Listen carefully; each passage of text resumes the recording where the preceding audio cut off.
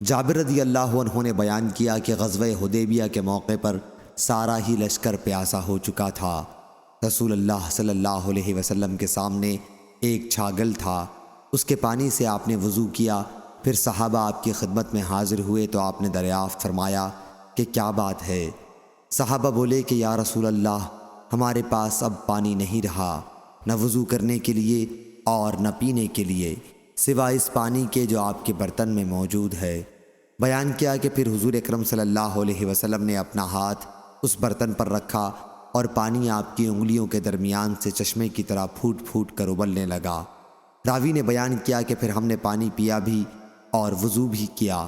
سالم کہتے ہیں کہ میں نے جابر رضی اللہ عنہ سے پوچھا کہ آپ لوگ کتنی تعداد میں تھے؟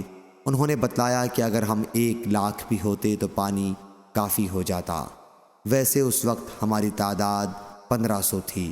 صحیح بخاری حدیث نمبر 4152۔